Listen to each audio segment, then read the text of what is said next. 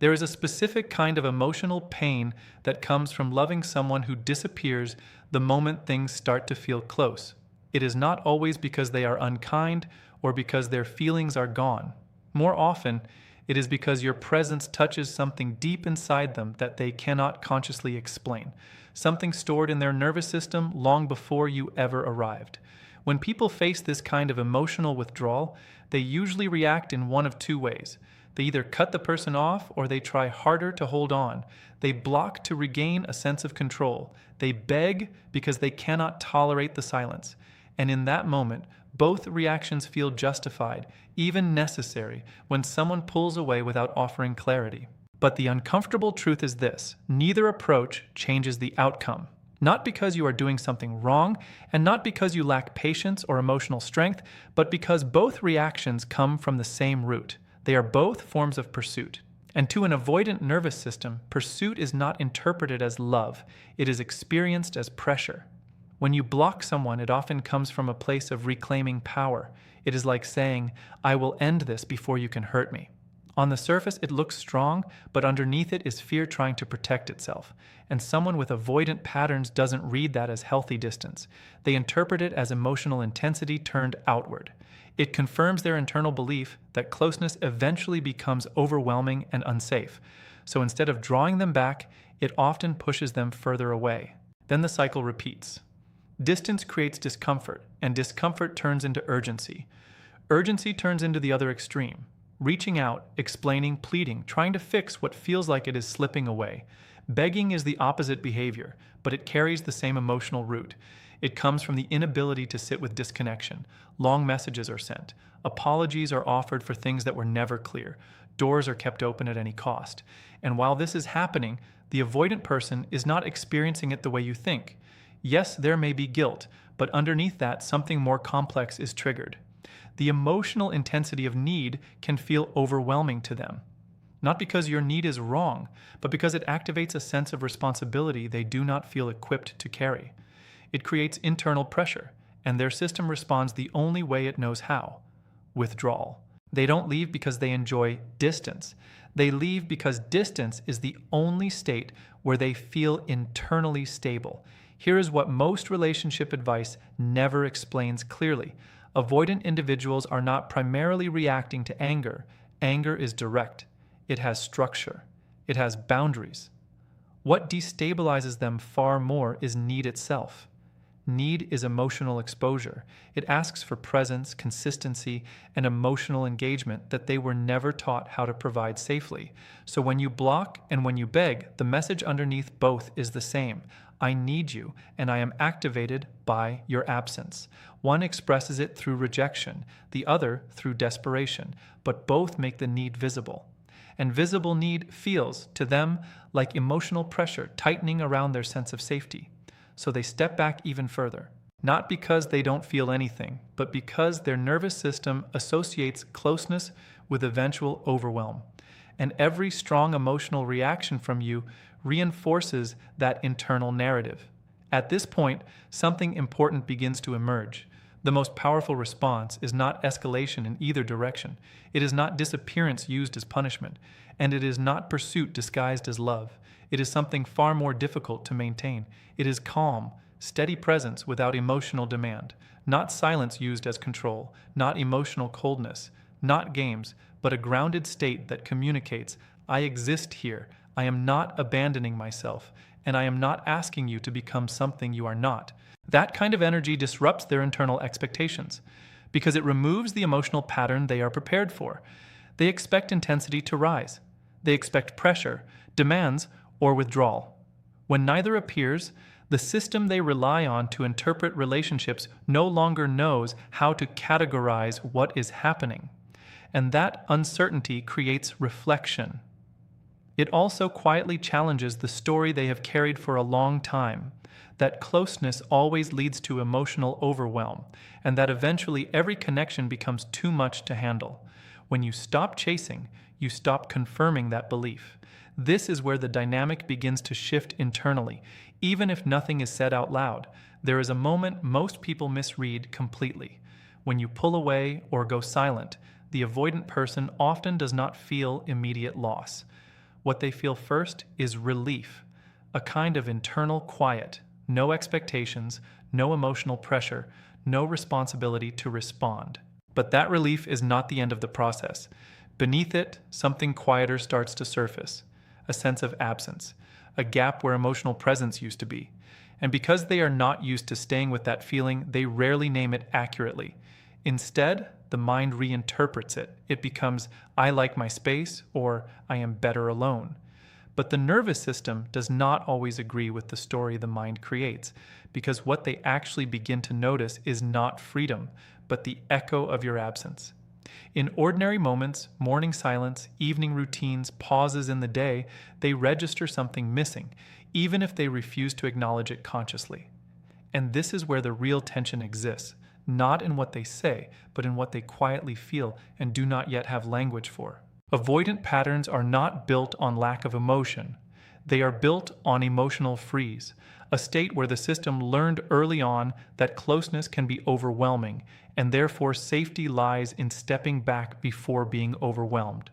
So when emotional need appears in front of them, through messages, calls, or emotional urgency, their subconscious does not interpret it as connection. It interprets it as risk. Not because of who you are, but because of what their past taught them. A simple internal belief gets activated again and again. If someone needs me deeply, I will eventually lose myself in that need. That belief is not logic. It is reflex. And there is an even deeper layer most people miss entirely. They are not only afraid of being left, they are also afraid of being truly required to stay emotionally present. Because staying present means responsibility, vulnerability, and emotional participation they were never safely trained to hold. So abandonment feels familiar, but emotional responsibility feels unknown. And the nervous system almost always chooses familiarity over uncertainty. This is why your strongest emotional reactions do not pull them closer. They reinforce their internal map of relationships, a map that says intensity leads to pressure and pressure leads to escape. So they step back again, not because you forced them away, but because your reaction confirmed what they already feared might be true. That closeness for them still feels unsafe. But here's the question they never really stop to ask themselves. What if the thing that feels unsafe is not your need at all, but their inability to hold it? That question creates a small fracture in their inner defenses, one they spend a lot of energy avoiding until life forces them to face it. Inside an avoidant mind, there is often a quiet conflict happening all the time. Not something visible, not something spoken, but a tension between two internal forces pulling in opposite directions. One part of them still wants closeness. It wants warmth, connection, being understood without having to perform for it. That part is very real. It is not gone and it is not weak. It is simply buried under years of protection. But another part reacts very differently. It feels discomfort when emotional need becomes visible, not because it hates the other person, but because it associates emotional longing with loss of control, and loss of control has historically meant pain. So when need shows up clearly, that protective part responds with rejection, withdrawal, or emotional shutdown. To them, closeness starts to feel like pressure, and pressure quickly turns into something they instinctively move away from. So when you pursue, when you ask for more clarity, when you try to close the distance, what often takes over is not connection, but internal resistance. It is not simply, I don't want you. It is more like, this feeling inside me is too much.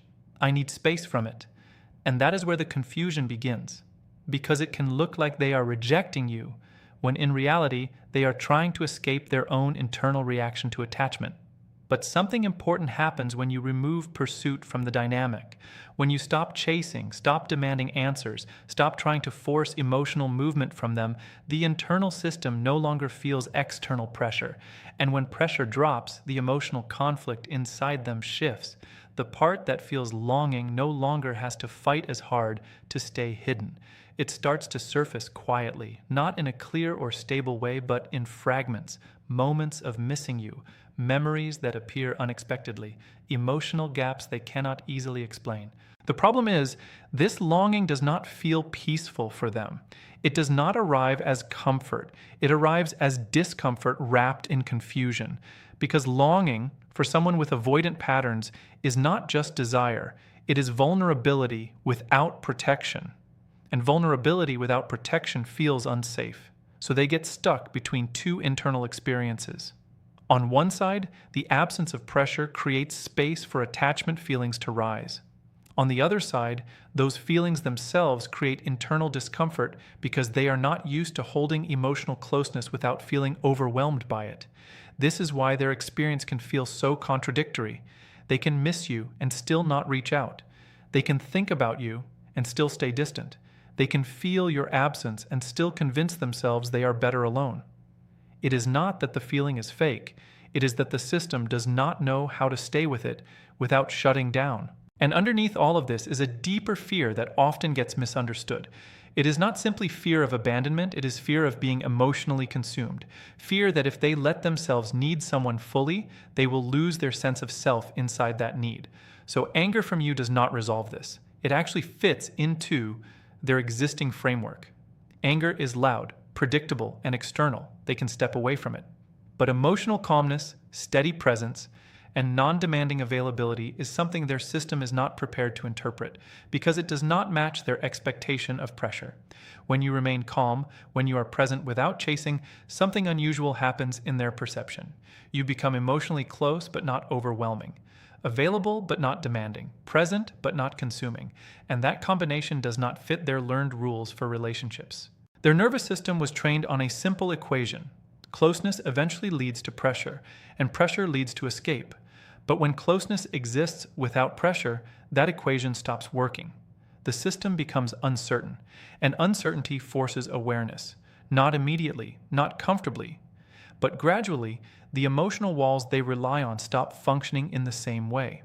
And when those defenses stop working, the feelings underneath them become harder to avoid. That is when deeper emotional material begins to surface, not just current longing, but older emotional experiences that were never fully processed. Moments of early rejection, emotional neglect, or times when needing someone did not feel safe or welcomed. Those experiences do not appear as clear memories at first. They show up as emotional states: tension, restlessness, irritation, a sense of being unsettled without knowing why. This is often misunderstood as detachment, but it is actually the system losing its usual way of protecting itself. And because this internal shift is uncomfortable, the first response is often increased distance. Pulling back again, becoming quieter, emotionally shutting down more strongly for a short period. Not because the connection failed, but because the nervous system is recalibrating. If the dynamic continues without pressure, something else becomes possible. The emotional noise begins to settle, and what remains underneath is not indifference, but awareness. Awareness that something was felt, something was lost, something was missed. But even that awareness does not arrive cleanly. It often comes in waves, not clarity, a sense of irritation that has no clear source, a dull emotional heaviness during quiet moments, a feeling that something important is missing but cannot be named directly. Most avoidant individuals will not call this regret at first. They will call it boredom, restlessness, or just a phase. Because naming it accurately would require emotional accountability they are not ready to hold. But over time, the emotional residue becomes harder to ignore. Small memories begin to surface, not the conflicts, but the ordinary moments, the calm conversations, the feeling of being accepted without effort, the absence of pressure in certain interactions that now feels rare in hindsight. And those memories do not come with emotional clarity. They come with a subtle ache that is difficult to place. Sometimes they respond to it by reaching out in small, indirect ways, a message without depth, a check-in that avoids vulnerability, not because they have fully returned emotionally, but because they are trying to regulate a feeling they do not understand. But there is a risk in this stage. If that discomfort is not understood, it can turn into defensiveness. Instead of recognizing loss, they may reinterpret the discomfort as irritation toward the other person, convincing themselves that distance was necessary after all. Because accepting the deeper truth would mean acknowledging something painful, that the connection mattered more than their system was prepared to handle. And that realization is difficult to hold without emotional tools they may not have developed yet. So the experience stays split. Part of them feels the absence. Part of them rejects what that feeling implies. And between those two states, they remain stuck in silence, cycling through longing and avoidance without resolution. Meanwhile, the other person is no longer in the same position emotionally. The pursuit has stopped. The emotional urgency has shifted. The dynamic is no longer being fueled in the same way. And that absence of pursuit changes everything in ways they do not immediately expect. Because now, for the first time, there is space. Space where emotion is not being triggered externally, but rising internally. And what rises in that space is not just loss of the person, but recognition of what that connection revealed in them. So they begin to live with the longing, almost like carrying a stone in their pocket. It is always there, heavy in a quiet way, never spoken about, never fully acknowledged. Over time, that weight does not disappear, it slowly accumulates, and eventually they reach a point where something inside them has to respond to it. Either they keep carrying it as it is, or they finally do something about it. But doing something about it would mean reaching out. And reaching out would mean stepping into vulnerability. It would mean risking rejection, exposure, and emotional responsibility all over again.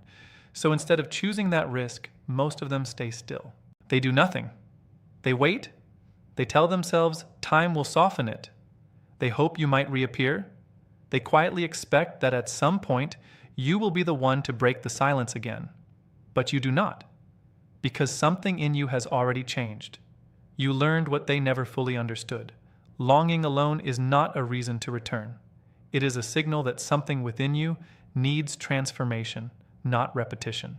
And transformation is exactly what avoidance struggles with the most. And this is where everything begins to settle into clarity. After all the silence, all the distance, all the moments you questioned your own worth and replayed everything you said or did, a deeper truth starts to become visible. You were not the problem. Not because you are flawless or because everything you did was perfect, but because the conflict was never rooted in your inadequacy. It was rooted in their fear, a fear that existed long before you entered their life, shaped by experiences that taught them that closeness eventually becomes overwhelming and emotional need eventually becomes unsafe. That fear often hides behind the appearance of independence. It can look like strength, but it is actually protection. And there is an important distinction between the two. Real strength is the ability to stay present when emotions are uncomfortable. Real strength is being able to say, I feel something difficult, and I am still here. Avoidance is different. It is the instinct to exit before emotional intensity becomes too much. It is not cruelty. It is self-protection that never learned another way. From the outside, it can look like control.